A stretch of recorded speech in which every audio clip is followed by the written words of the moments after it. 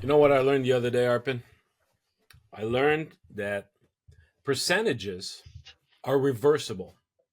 Like 10% of 100, it's the same as 100% of 10. So, and it works That's fascinating. for everything. 20% of 8 and 8% of 25, you arrive with the same number. So, yeah. So Wayne Gretzky was onto something when you said you miss 100% of the shots you don't take, because 100% of 0 is the same as 0 of 100%, or 0% of 100. But you know what? What I know for sure is that the Canadiens have won 100% of the games that Patrik Laine has played for them. And he has scored in 100% of those games. That's right. Yeah. Both power play goals. I'm sure we'll talk at length about power play. But I mean, do you feel is it overstated to say that the Canadiens have managed to find a new win and bring a new level of energy? Kirby Dach was talking about an early Christmas present to have Laine back with them. What sort of a jolt do you think that he's provided the team? I think something else, a lot of people picked up on Kirby Dach using the early Christmas present thing. Even Arbor Jacki repeated it after the game last night against Nashville. Something else Kirby Dach said that I think that was more significant was that when they made the trade for Laine, this was a group that was used to watching people leave the dressing room. Every trade deadline, they lost a significant piece. And the arrival of Laine signified a new stage, a new reality on this team, that now we're bringing someone in. Yeah. And it wasn't the way Sean Monahan came in, like where it was purely, well, it was similar in the sense it was a contract dump for Columbus, but I think the players viewed it differently, that this is a guy that can not only help us now, but could conceivably add himself to our core. He's young enough. It's a possibility, if he figures it out, that he could be part of our group for a while, even though his contract is not, he doesn't have that long left on his contract. But it's not an expiring contract, at least. It's not an expiring contract. And so that was a shift in the thinking of the players. And so in that sense, yes, his arrival, his delayed arrival, that's what he represents to these guys. The talent is undeniable. No one's ever denied how talented he is. We've seen it, and let's be honest, like he's at 80% speed compared to everyone else. He's really not playing at full speed. He hasn't played in close to a calendar year. He hadn't played in close to a calendar year, which was the case for Dach, and he's still trying to figure out how to get to full speed. So no, I don't think it's overstating it. I do think the 2 wins this week were very imperfect wins, and they were not exactly a sign that the Canadiens have turned some sort of corner. But the energy that Laine has brought is for sure a tangible feeling you get talking to the guys. They're very excited. And they've taken a liking to him. Like in the 2 months that he's missed from injury, I think the team has taken quite a liking to this guy, and they enjoy having him around. And now that he gets to play, and now that he's scoring every game, that doesn't hurt. No, but and I like the fact that I genuinely feel like he missed hockey and he's happy to be back. And for a guy who had acknowledged the fact that he was he didn't use the words fed up with hockey, but at some point he needed to take a step. He wasn't enjoying hockey. He was not enjoying hockey at all towards the end in Columbus, and eventually it's going to show in your level of engagement and the enthusiasm that you bring. This is the secret ingredient on a winning hockey team, is to provide um, enthusiasm. So I Mhm. feel as though he comes back knowing that it's a fresh start, to a second chance at having like an impactful career. And so far, he seems to be embracing it. He seems also to be a bit taken aback by the love that he's receiving from the fans. And I'm being a guy who's got that elite talent, who's got a lot of razzle dazzle in his game. It's no surprise that the people at the Bell Center are have taken to a liking right away, because yes, they want a winning team, but they want a show, and they've always had an inkling for players who provide a show, and Patrik Laine is definitely one of those guys. Yeah, he's he kind of watching him so far, and I'm not talking about talent wise, but you remember when Mario Lemieux played in the, I guess it was the Salt Lake City Olympics, the one where he kind of did that fake shot for the career goal.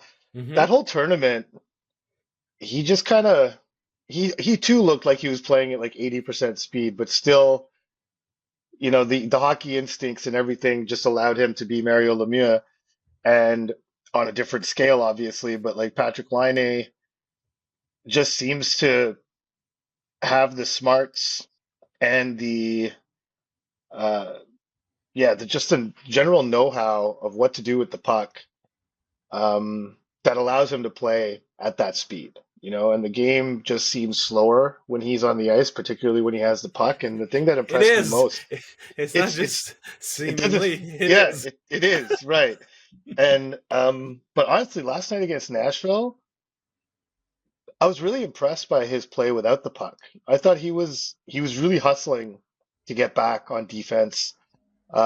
He created a couple of turnovers, sneaky little stick lifts from behind, engaged in the defensive zone, like all the things you heard that were an issue, and maybe they will be one time at some point when sort of the newness and the adrenaline and the rush kind of wears off. But and I didn't feel this against the Islanders, but in that Nashville game, I really thought he was very effective without the puck, and noticeably so. Probably more effective without it than he was with it, frankly. I mean, aside from his goal, obviously, on a 5-on-3, which was basically a 5-on-2 because he had broken Alex Carrier's stick on his previous shot attempt. So he deserves some credit for it being 5-on-2, but it was essentially a 5-on-2, and then but yeah, his game without the puck was more noticeable to me against Nashville than his game with the puck. Yeah, defensively, the back pressure, stealing pucks, he's been surprisingly good at it. Doing all the Uh, things Kirby Doc used to do. right. But Yeah. you know what? In another life, he was traded. He was once traded for Pierre-Luc Dubois, who Uh-huh. was who's been accused of being lollygagging defensively at times and being Yeah. not involved enough. So they had similar issues in that sense. And you look at Dubois, what we hear from Washington this year, it's not the offensive production that's the predominant trait, is how engaged he is on every shift, and how he's giving all he's got. And so if Dubois does it in Washington, well, who knows if Laine, with a newfound mental approach to the game, and a better disposition, he could not start doing that too. And if he does, then it's a different player than the one Columbus let go for Jordan Harris. Yeah. So it's Yeah. so It's just yeah. The contract is a problem, obviously. That's why I think that was the primary reason. But yeah, I think Laine wanted out of Columbus. They wanted out on him. But everything we said on the last episode is kind of playing out. His desire for a fresh start, the joy in the game. He mentioned on Tuesday morning that simply putting the jersey on and playing the game was an achievement for him. Um, Everything he's gone through, heap the injury on top of all the journey that he went on since he last played an NHL game, and kind of getting his head straight. Um, just getting back and getting on the NHL ice and enjoying it and being eager to play was a win for him already. everything else was gravy, and he's just overloading the gravy. He's he's taking extra helpings of gravy ever since coming back. So That's good, good for Owen. him. It's good to see. Um, and yeah, there's definitely a sense, and we're going to get into the special teams, but But before, he really yeah, transforms their power play. before we get to that though, it's let's be polite. It's going to be a work in progress on that line. Do you think that there's? I understand the logic that was behind it to have because the Suzuki line had found some momentum, and because the bottom six has been effective.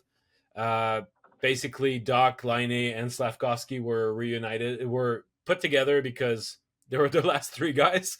Do you think that there's any viability in that line? I mean, you got to hope that it can be viable, right? I mean, it's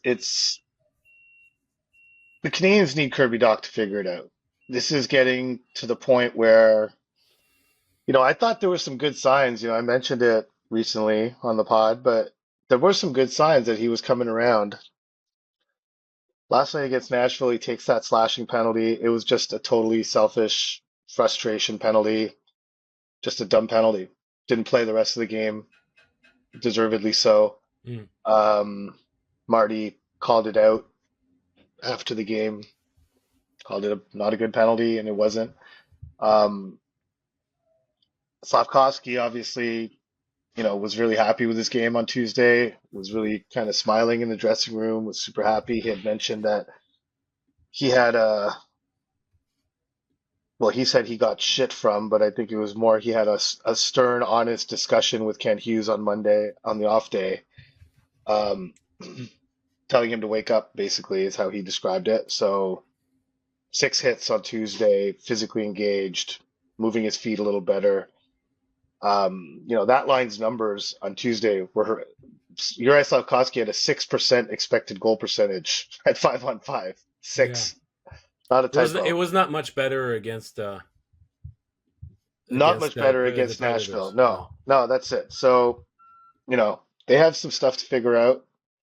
Um, the Canadians need to hope that line works. And, I thought the game against New York, I thought the numbers did not really meet the eye test. I think there was a lot of that. They spent a lot of time in the offensive zone without actually having anything happen. So shot attempts didn't register. But I think their zone time was probably better than the numbers suggested. Against Nashville, less so. But this Laine playing with those two guys,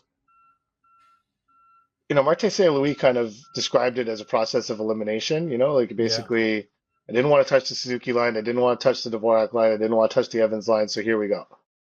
But not only is Laine kind of handling his own stuff and trying to come back, now you give him the task of like, here are our two most important projects of the season. Here, go. Why don't you go fix these two as well? Yeah. Um, they But have to hope something works. he was saying before the game against Nashville, was it in the morning or the day before? He acknowledged the fact that there were three guys who didn't have their A game for different reasons, Yeah, and because of that, they had to make sure that they played a more direct game, which they had not really done against the Islanders. Trying maybe East-West plays and East-West plays, and I yeah, like I'm Est sorry, West it's better. I yeah, like Est thank you. West better. Yes. Yeah, sometimes it's I'm French, huh? So yeah. Anyway, and this is a challenge because the guy he cannot put these other two guys on his shoulders. He's coming back. I mean, yes, he provides the emotional jolt for a little bit, Mhm. but he cannot. You cannot hope that he's going to be the driver of that line. However talented he is, yeah, he has not played for a year, so it's real. I think Even when he's at peak form, I don't know how much of a driver he is. Like no, he's an opportunist. He's a guy who benefits from the work. The work. I don't want to call him a complimentary player, but he's a guy who, if you have guys who work on a line with Patrik Laine and do the things that A, create space, and B, create possession, he'll finish. yeah, Marty St. Louis talking after the game against Nashville about the lack of finish on this team. And we saw it again, who winds up with a breakaway? David Savard. What he gonna do? You know, I Well, there think was a bunch of that them. that was Dvorak a had a field goal attempt that was breakaway. wide right. Yeah, Yeah. Dvorak, Evans. Um, so but I think particularly like Cole Caulfield had three grade A chances in that game, and I'm not going to say that Cole Caulfield hasn't had finish. Obviously, he's one of the best goal scorers in the league this season. But Well, Slav if had that some line, chances too. Slav had some chances too, and Newhook obviously, Newhook's another guy that needs to kind of figure out the the final moments of an offensive play. Uh, but I don't think that that's the way the Canadians view it. Like, here, Patrik Laine, come fix Kirby Dach and Uri Slafkovsky for us. I don't think that could be a potential side benefit, but um, those two, at least Slafkovsky kind of had the moment where he kind of, I guess he called it a wake up call. I don't think he followed it up all that well against Nashville, but he called that Islanders game and that conversation with Hughes a needed wake up call. Doc's gonna need a wake up call. I don't know. I'm Yeah. sure. I have no doubt Ken Hughes has had a conversation with him as well. But whatever it is, he needs to he needs to take a step because he's been stuck on this step, if not having taken a step back for much of this season. And every time he gives a glimmer or a little hint that he might be figuring it out, he doesn't seem to follow that up with a better game. Um, Honestly, I can't overstate the importance of Kirby Dach No, no, no. becoming Of course, of a course. viable option for this team. Yeah, and when you look at it, I mean, the bottom six has been good. Caulfield has been improving as a player. Suzuki Mhm. has quietly come around in the last few weeks. I think he's playing a more complete game, although his pace is a bit up and down from game to game. But overall, he's playing better hockey than he did at the I beginning thought, of the season. yeah, he was really good last night, I thought. Yeah. Um, so there are, it seems like there are just a finite number of guys that are struggling and blocking the team from improving overall. And up front, the problem is there might not be that many, but Slafkovsky and Dach are meant to play prominent roles on that team. Hmm. And at least Slafkovsky tries to be involved physically when he doesn't have the puck. I mean, he committed some turnovers that created some lengthy shifts in their own end.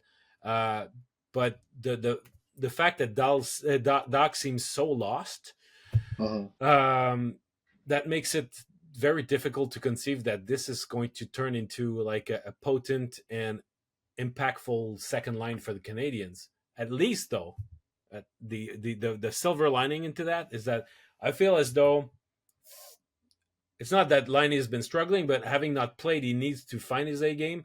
But having three guys that are aiming for the same thing, and which is finding their A game, it's probably better than having two guys that are struggling and one who's not.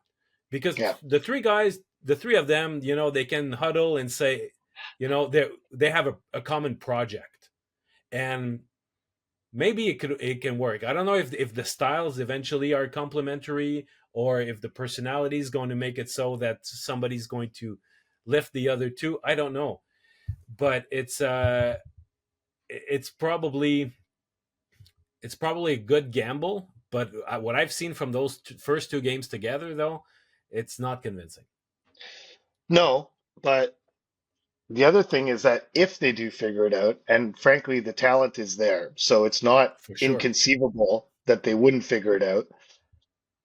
If they do, suddenly the Canadians forward group, as it's currently constituted and obviously perfectly healthy right now, um, it's pretty good.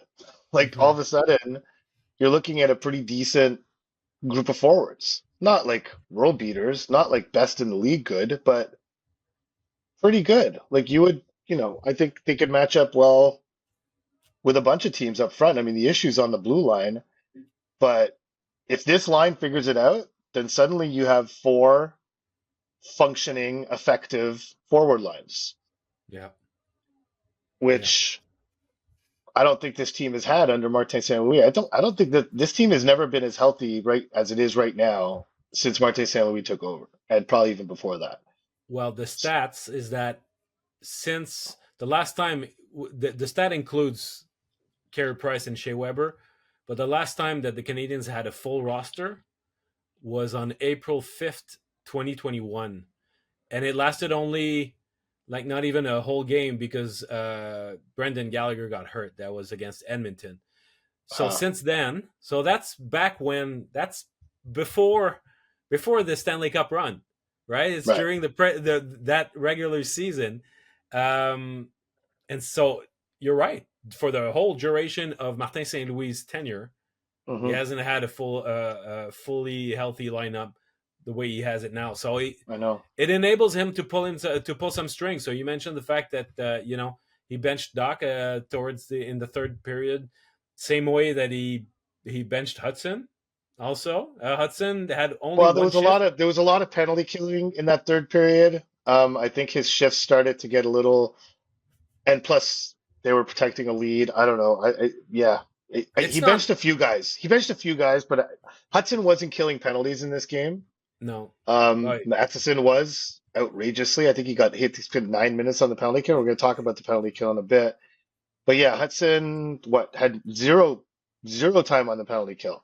yeah, that's fine. So with all the penalties they took in that third period, I think it got to a point where hadn't played in a while, and so I think it just became difficult to get him on the ice. Like they had, the dock penalty was at 6:30 of the third period. Struble gets called, creating that Jacky. brief 5-on-3 holding on Marchessault, and then Jacky the interference call at 11:34 of the second. I think by then, by the time that Jacky penalty was killed, you're looking at maybe 6.5 minutes left in the game.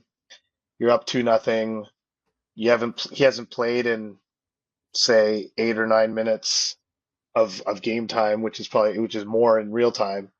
Um, maybe just kind of go with the guys who are in rhythm at that point when you're so I don't think Hudson was a benching for anything egregious that he did. I think just the circumstances of the game meant that he spent more time on the bench Yeah. than he otherwise would have. But I think Mhm. that's a season low in ice time. He played 16 and a half minutes, and that's not normal for him. But I think But yeah, he had one shift. He had one shift after the Jacky penalty. that's it. One shift in the last 15 minutes. Yeah, So that's it. overall, okay. So it's TBD when it comes to Laine's line 5-on-5, but and obviously he's going to have we'll cut him a lot of slack. But and personally, he's been good. He hasn't been the issue on his line anyway. But his Hmm. impact on the power play right away is Yeah. my god. It's pretty exciting for Canadians fans to see a first unit of that caliber. Um, I thought that they would. He's always been more comfortable playing shooting from the left circle, even though when you look at the shot map over the years, he shot quite a bit. Pucks from the right circle too on the power Hmm. play, and eventually he might move there. But for the time being, both of his goals have been scored from the left circle, with him only 10 feet away from Cole Caulfield. So they're really close to one another. Interesting tactic, no? Well, the Canadians have kind of been setting this up all season. Like it's yes, that left circle is Cole Caulfield's office and has been for a while. But all season you've seen the Canadians kind of rotate around. Suzuki has found himself in that spot. Doc has found himself in that spot. Um, there's even Slafkovsky, like and Caulfield will be in the bumper and Caulfield will be on the right side. And so this was always in the goal of being unpredictable to the opponents, but being predictable themselves. That's Yep. always the answer that Martin St. Louis gives. Um, I don't think this was done intentionally in anticipation of Laine's arrival. I think that this is genuinely what they wanted to do on the power play, but with Laine there, this season long tendency to rotate guys around, different entries, guys go to different spots, uh, seemingly preordained kind of plans to do that. When you have Caulfield and Laine rotating in and out of that spot, because like basically when one is in the left circle, I saw it a few times last night. The other one goes to where Doc was playing, which is kind of high above the right circle, which is sort of the spot where Suzuki likes that kind of dive down Yeah. and shoot. That's what that guy is kind of there for. So either if you have either Laine or Caulfield in that spot, that's an option where you get the puck high, build some momentum, come in and either fire it or send the seam pass across to whoever's in the left circle. Um, I think eventually, like so far, what it's done is, obviously Laine's had room to shoot the puck, and both his goals were basically unscreened shots.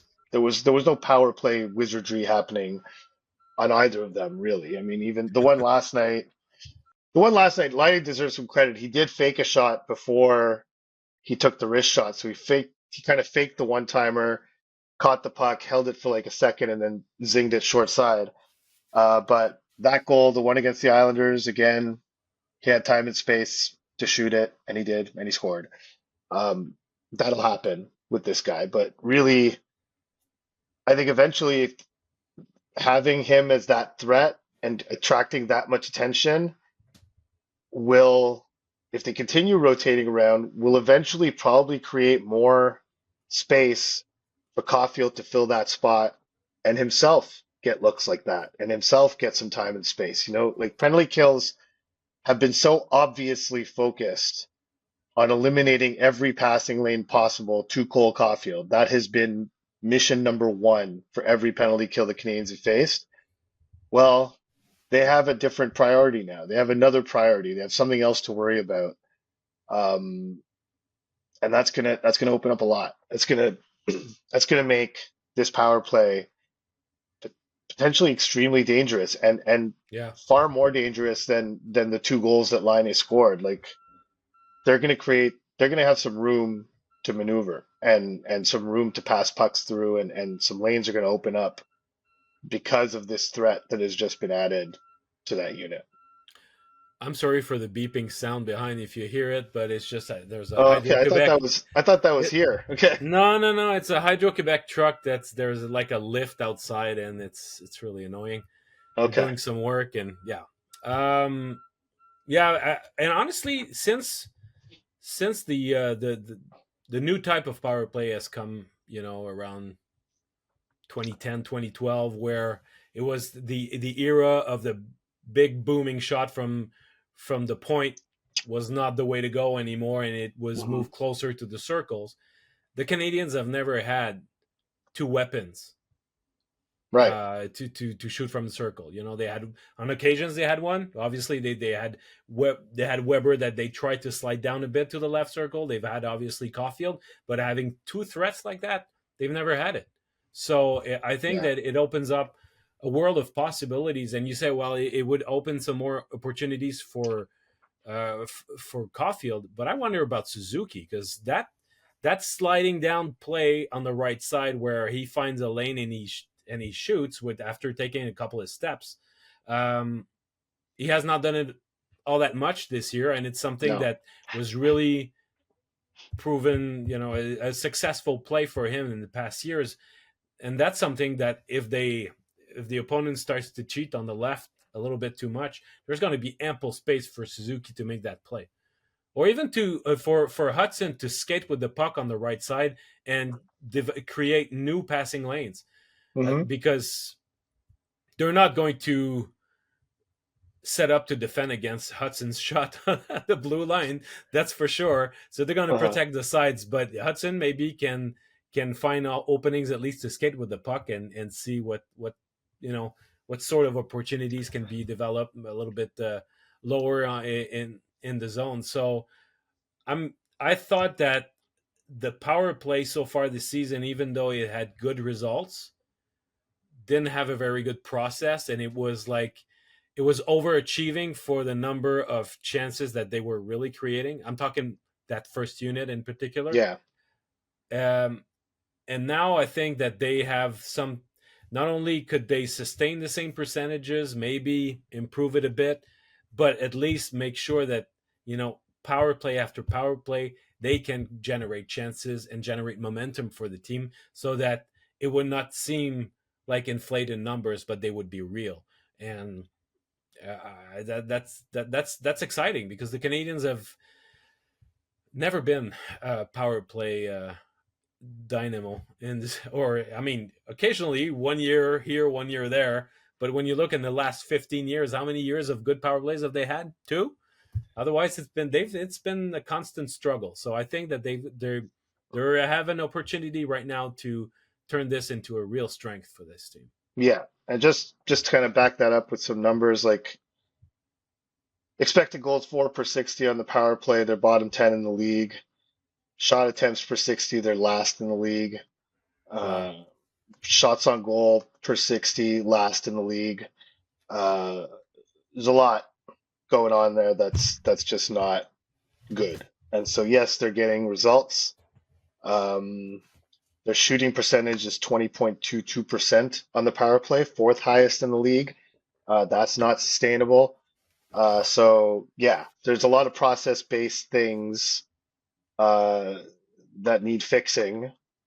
High danger chances for per 60, sixth worst in the league. So it's uh, they need some help, and they got it. Laine's going to help. He's going to help a lot. So and honestly, we said what we said about Doc, and it remains true. But replacing Armia with Doc on the second unit makes the second unit that much better. And actually having Matheson there, even though Hudson's great on the power play, Matheson's a shooter, becomes more of a shooter on that second unit. Yeah.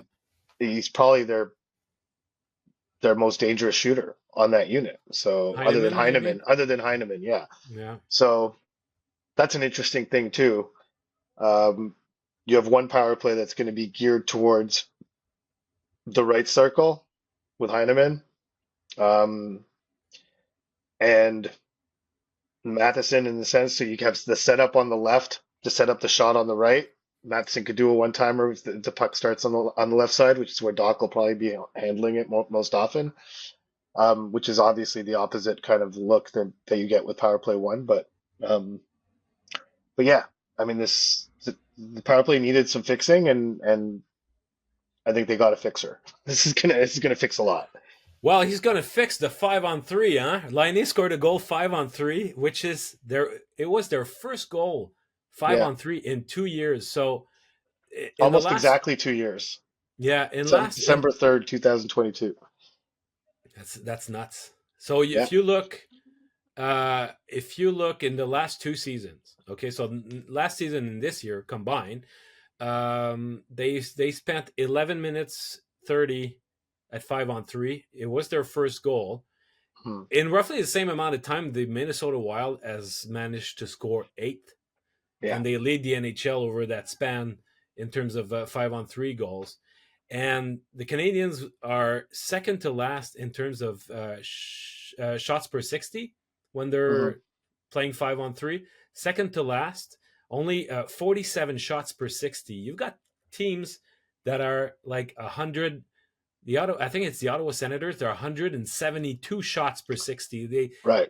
They shoot 4 times more than the Canadiens 5-on-3. So when you were talking about the shot attempts, Hmm. I mean, this is one. This is right there. This is a low hanging fruit, the 5-on-3, and so it should No, you got be to score on 5-on-3s. You got to score exactly. with regularity. Yes. It had not happened in 2 years, so I know. I'll drink to that. You know Okay, who? I'll Cheers. drink water, but that's fine. Cheers. Cheers. You know who scored that goal? It was Arbor Jacki. Segue time. Watch this segue. Oh Here we yeah, go. Arbor Jacki scored that 5-on-3 goal in Edmonton. He was reminded of that yesterday and laughed. Um, but the reason Lane Hudson was not on the penalty kill, one of the reasons, is Arbor Jacki, who was on. So the Nashville Predators, when David Savard, no, was it that penalty? No, it was in the second period. Yeah, it was when David Savard was called for roughing when he kind of just cross-check slash tackled that guy Oh yeah. near the wall. Um, so because it was Savard and Matheson was the number one pair on the penalty kill with Caden Gooley not available, with Savard in the box, Arbor Jacki was sent out with Matheson. And the Predators spent the entirety of that power play, all 2 minutes, in the Canadian zone. Yeah. The puck never left the zone. Sam Montembeault froze it once, um, but the entire 2 minute power play, the Predators' first unit stayed on the whole time. The Canadiens' first penalty kill unit stayed on the whole time. And one of those guys was Arbor Jacki. And so, and I wrote this after the game, but like the thought of Arbor Jacki being on a 5-on-3 today, that's just not his. That's not what the Canadiens are trying to do with him. They don't see him that way. Back then, what was his number one trait? Was he has sneaky good offense. Like Yeah. his offense was what the Untapped Canadiens really liked potential. Yeah. about him. Yeah. Yeah. And now, after a lot of work from both Jacki, Martin St. Louis, Adam Nicholas, and his entire development staff, Jean-François Hull in Laval, a lot of people have done a lot of work to get Arbor Jacki up to speed defensively, and including, most importantly, Jacki himself. And he's gotten there. He's an Yeah. effective defender now. He has been for the last 5, 6, maybe even 10 games. Been just effectively playing in his own end. And last night on the penalty kill, decisive, good stick, just disrupting plays, being physical when necessary, but not looking for it and not chasing it all over the place. Like just a guy who looked like a real NHL defenseman. And Yeah. not to, I guess, uh, let's give Mike Matheson credit. He played almost 9 minutes on the penalty kill in that game. 9 minutes, was fantastic. But to me, the real difference maker without Gooley there was Jacki being able to step in and play those tough minutes and do it really well. And he's in a good place right now. He was in a really bad place a month ago, and you asked Marty the question, like, is he your best approved player of November? Marty didn't really answer, but I wonder who he thought it was actually, because he wouldn't say. He'd say I like the progression. He wouldn't Yeah. say he was his most improved in November. I think he is. I don't know. I think he I doesn't want to. I don't. He doesn't want to play favorites and right. identify one guy, and another one will say, "Why not? Why isn't it me?" Yeah. Uh, but yeah, it's just it was a rhetorical question almost because he's clearly their most improved player in the last month. I mean, it's Well, it's you not as know if you ask like who is your least improved player. It's not that touchy a political. It's not that no, touchy a question. Like you no, could no, have exactly. answered, but anyhow. Yeah, but it's been significant so far. And Marty said, we needed someone to play those minutes because Mhm. Kovacevic is not there anymore to play on the PK, and you can't always rely only on three defensemen to play those minutes. So and plus Gooley was not there, but even when he's there, you need a fourth defenseman, and Yeah. Jacki he's got the profile. It's going to be his identity as a player in the NHL. It's not going to be the guy on your second power play, on a regular basis. So Mhm. it's, I mentioned it in the past, but to me, the career arc of Ben Sherratt, that's what he has to follow to a certain extent, And Sherratt played a lot in Montreal. He reached like the apex of his career and was occasionally on the second power play, but he was mainly a rugged defensive, punishing defenseman, and that's what you need from Jacki because Well, it's not the young offensively minded defensemen that the Canadians have that are going to leave any room for Jacki to express that side of it. well, the guy that they've been showing Jacki, not when I say they, the guy that Adam Nicholas has been showing Jacki. You know how Adam always kind of identifies a guy in the league that Yeah. his players should watch. With Jack Guy, it's Brendan Dillon. Okay. When Jack Guy was kind of trying to figure things out, he was showing a lot of Brendan Dillon clips and kind of took Long, to it. long career. And long career, he's coming up on 1,000 games. Yeah. I think he's at 920. And so long career. But the one thing that Jack High asked him about it last night, and he was like, the one thing about Dylan, yes, he's physical. Yes, he finishes his hits, but he always leads with his stick. He always has stick on puck. So the first priority is to get his stick on the puck. If he misses the puck with his stick, then you finish physically. Then you finish the hit. But, and I was watching Jack High last night before he even said that, and just always he's reaching with his stick and he's trying to get that stick on the puck in all situations, and it was really effective. So Something that good for Jalen him. But Struble could learn from a bit. yes, yes, but he was also good. Um, he also had a good night, I thought, Hmm. in the absence of Goulet, and even Barron. Barron found out he was playing like just before warm up. He didn't even skate in the warm up. So I thought that was weird because Martin said we heard in the afternoon that Gully couldn't do it, and they told Baron just before warm up that he would play. yeah, I So know that it's was weird. I found that weird. And then he didn't even skate in the warm up yeah. because I imagine he was like doing his like activation, like he was getting like physically ready to play. So he did okay under those circumstances. But yeah, that's weird. I mean, Marty said late afternoon, so but anyhow. Um, aside from that, obviously Jake Evans scores shorthanded goal, turns into the game-winning goal. Patrik Laine gives him the skill player of the game, those glasses the Canadiens give out. I got to get to the bottom of that, but anyhow, um, he's him and Yoel Armia. We've talked about it, and this has been the one constant all season is just how good those guys have been on the penalty kill. And this they Especially at needed home. it, especially at home. I think they have the best penalty kill in the league at home. At home, Um, yeah, but the yeah, numbers are striking because they're I think they're 91% at home, but they're 76% on the road, and ah, it reflects and Evans' personal numbers of goals against when he's on the ice. It kind of reflects that too. right. So So they're yeah, ninety one Marty point was one at home. That's the league's best, and they're 25th in the league at on the 70 road. on the road, 76.1%. But a Hmm, whole bunch of teams are around that number. right. Um, it's been the one good part of the Canadiens game all season.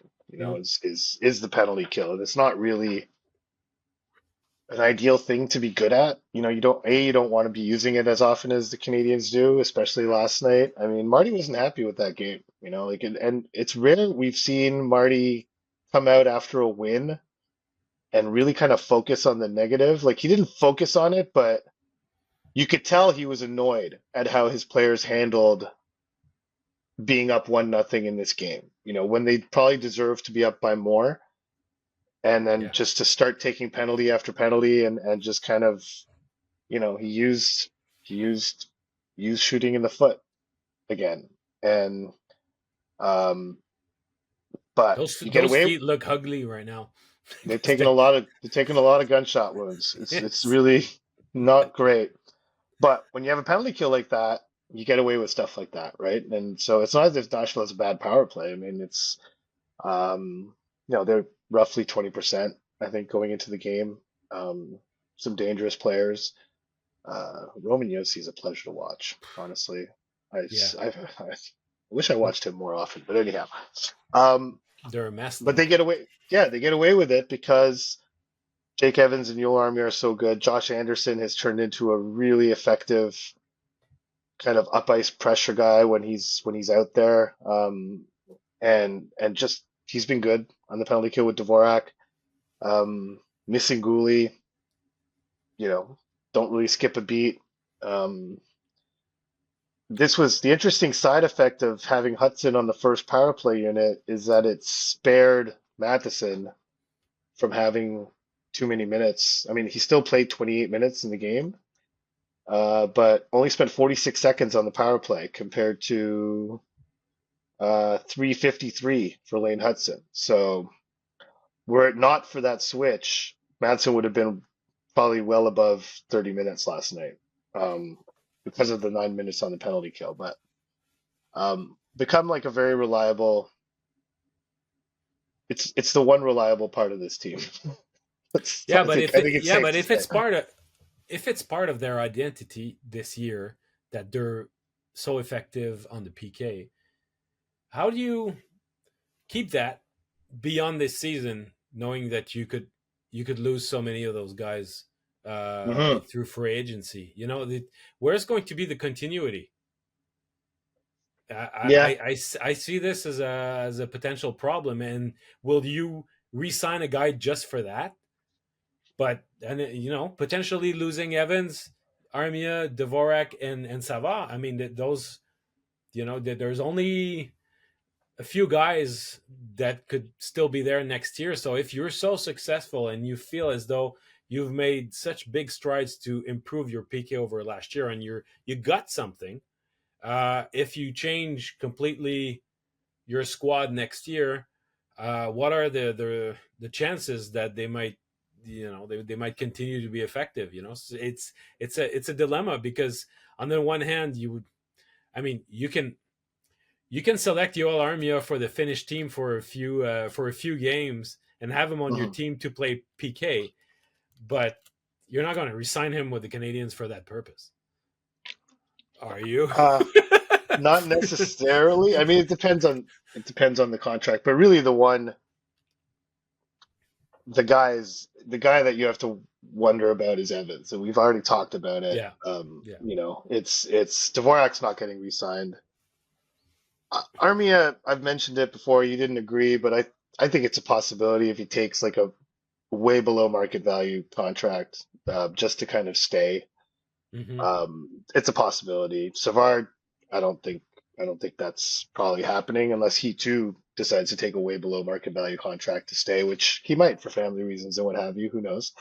But frankly, the way he's looked 5-on-5 lately, I don't even know. I don't even know if the below market value contract would be worth doing for the Canadians. But for him, he's um, lost a step. he's lost a step from a baseline that was already a step behind. So it's Yeah, yeah, it's not looking good of late. But I think these guys often go through these periods in the season where they look slow. But Evans is the dilemma in that sense, in the sense that he's a young free agent. He's probably earned himself a pretty interesting contract, um, and he's just so integral to that penalty kill. Um, you would think that he would be replaceable, but it's tough. It's a tough thing to to think about in the sense that if you're Jake Evans, if I were Jake Evans, I would really want to see what's out there on the market. He loves playing in Montreal. He loves the team. He loves his teammates.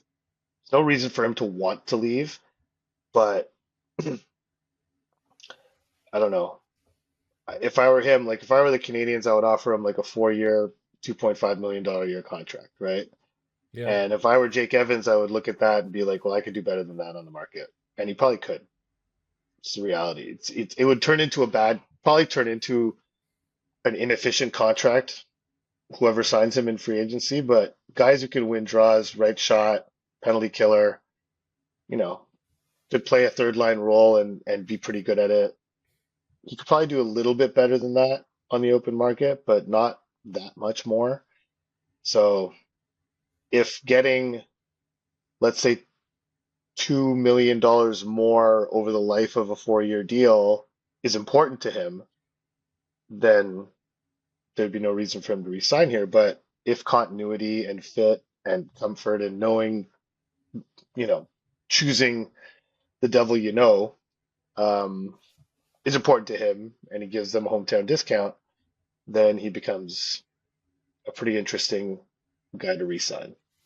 yeah. But on the market, though, you would teams that would be looking for a center of his profile. could say, well, okay, there's Nick Bukestad who's available too, and Hmm. there's Sean Corrali, and there's Alex Kerfoot. There's a bunch of guys Yeah. potentially who could be there. He's not going to be the only one of that style of player. I think that the devil you know argument is very relevant. Hmm. Um, and being he doesn't strike me as someone who would get greedy also because he knows himself and because probably I don't know. It depends. It's a once in a lifetime opportunity for him to cash in on this good season by Yeah. testing the market. Um, but he's damn he's dependable for the Canadians and they need him.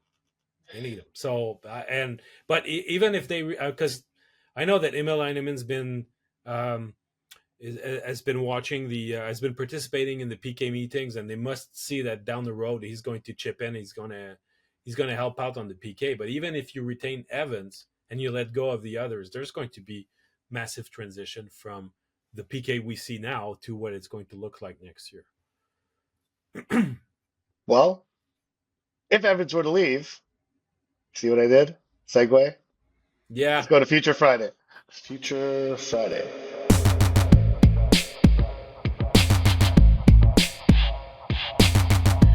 Future Friday.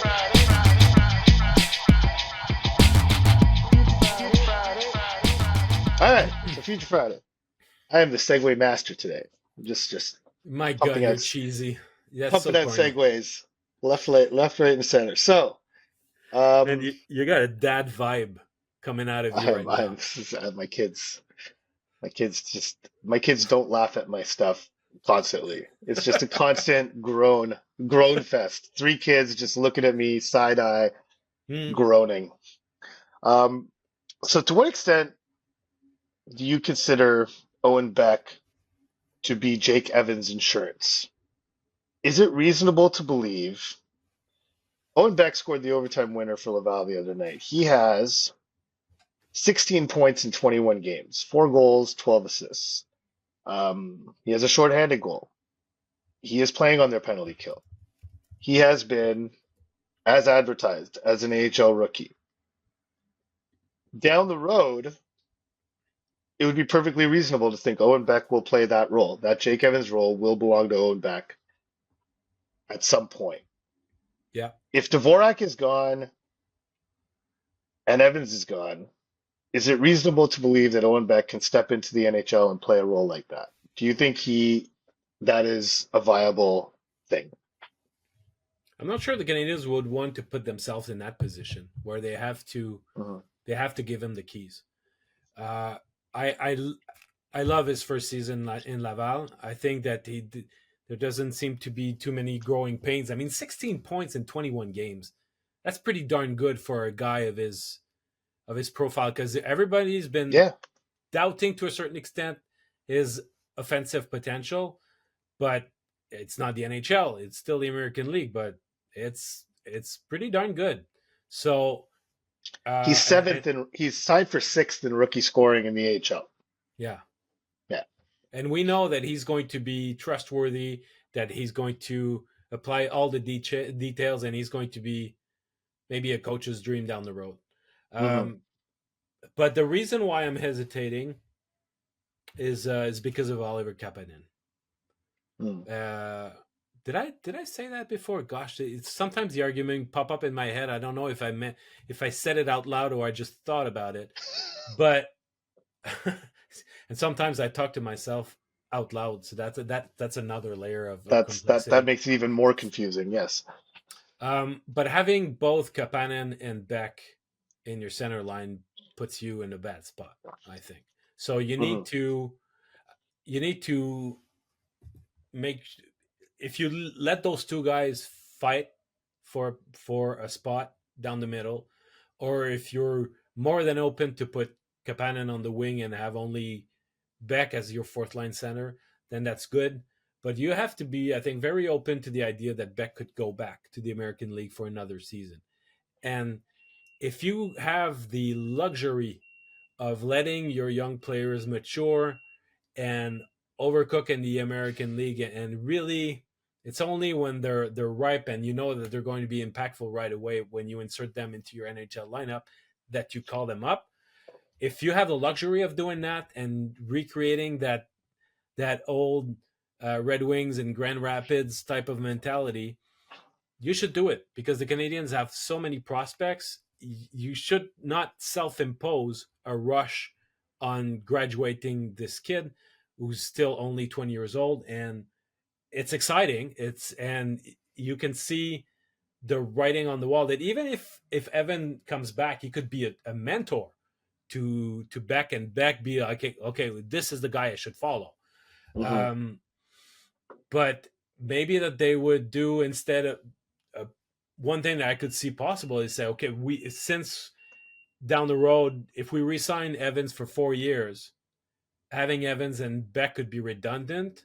Maybe that they could choose to sign a guy, one of those guys that I mentioned before, in a shorter term deal as a stopgap because you will have to introduce Beck down the road. But if you have Beck and Evans as your bottom six centermen, let's say 2 years from now, I'm not sure you necessarily have a very, very contending team because by the time that Beck really reaches his full ability, maybe that Evans would be gone with that next deal anyway. So uh, I would take my time. Yeah, and I think the one thing that's worth keeping in mind is Joshua Roy.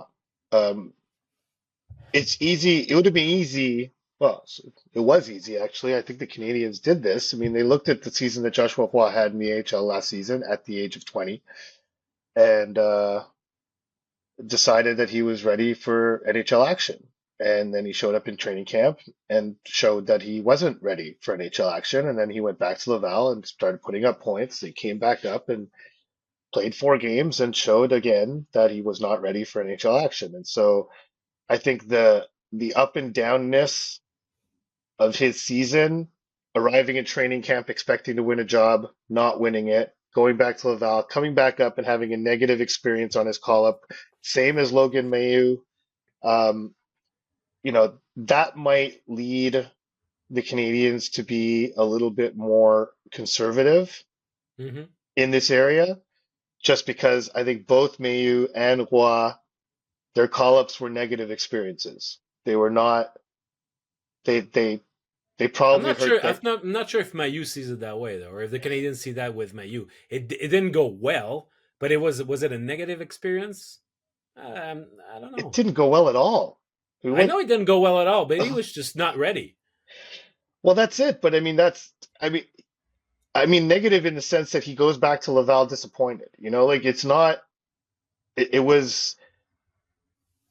It was a speed bump confidence wise. Yeah. Like you're feeling good about yourself. You're playing well in Laval. Well, first you have the disappointment of getting cut from camp. Then you're playing well in Laval. You earn a call up. Call up goes terribly.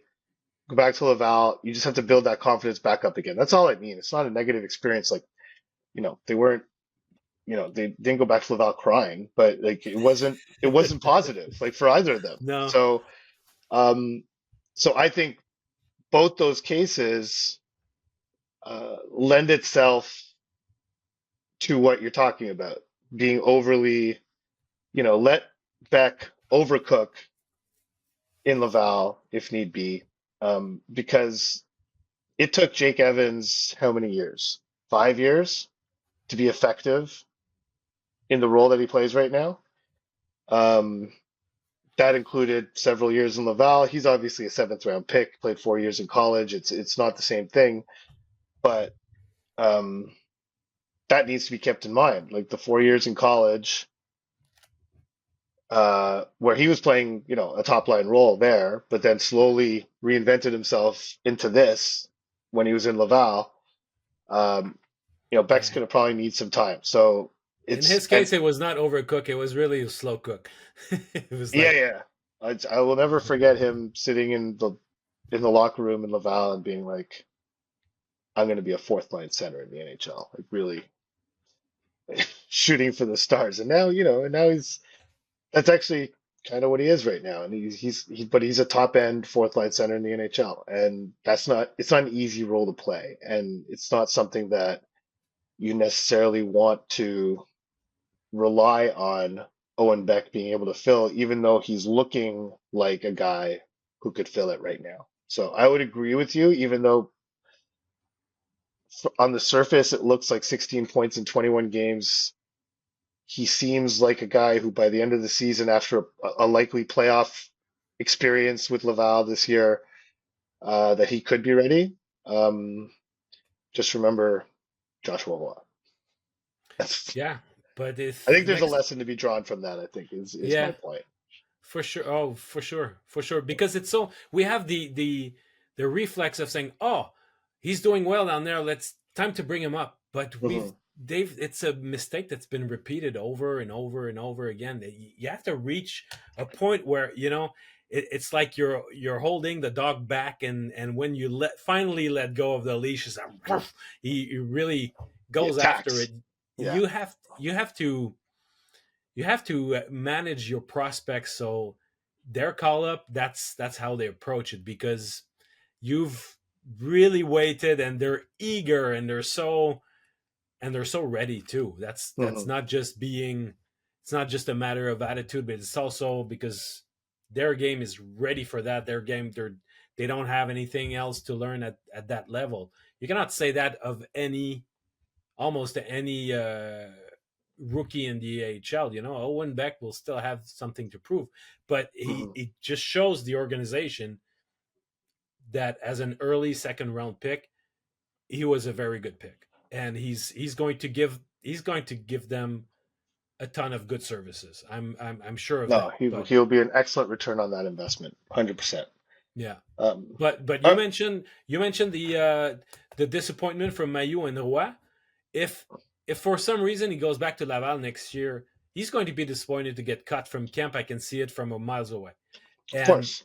and any player, and that includes Beck, managing disappointments, and that's something that he's worked with Paul Byron on last season. But Hmm. managing disappointments, it's it's a path that any hockey player has to go through, because when you're talking about rebuilding your confidence, you need to be able to do that, to rebuild your confidence, so that the day that it's shaken up or even shattered, how do you rebuild yourself? Because once you're in the NHL, you're going to have moments where your confidence will be crumbling. So how do you rebuild yourself up? So they'll want to know that too. Yeah, yeah. Just ask Kirby Doc about that. Yeah. All right, that's going to be it for this week. Thank you. Our apologies to Sam Montembeau for not even mentioning his name. The reason the penalty kill has been so good is in large part due to Sam Montembeau. He joined Connor Hellebuck atop the NHL leaders in shutouts, was named to Team Canada for the Four Nations face-off. So Yeah, we for some shout out reason to we Sam didn't Montembeau. we Yeah, didn't talk sorry. about him today. Sorry we didn't talk about you, Sam. You're very deserving to be talked about, but congratulations to him. Congratulations to Yoel Armia and Patrik Laine on also being named to the Finnish team for the Four Nations. But that'll be it for us. Have a good weekend, everyone. Thanks for listening. We'll be back on Monday with our subscribers only episode. So be sure to tune in. And if you haven't subscribed, you can always do so at BasuandGodin.com. We appreciate everyone who has. And if you haven't, what are you waiting for? Please do and join our lovely little community that's growing on Substack. And every game we get the chat on Substack during the game has become like a separate social media for our subscribers. It's really Yes. fun to watch. They kind of banter back and forth. It's really a great place, and we see it. We're watching the game. We're working, so we don't participate, but we do watch it happening, and we enjoy following along. But we're happy that you guys have another place to go chat amongst yourselves and share things during the game. It's a great place. So if you want to join that community and listen to our Monday episodes as well, you can subscribe at BasuandGodin.com. All right. Have a good weekend, everybody. Bye bye.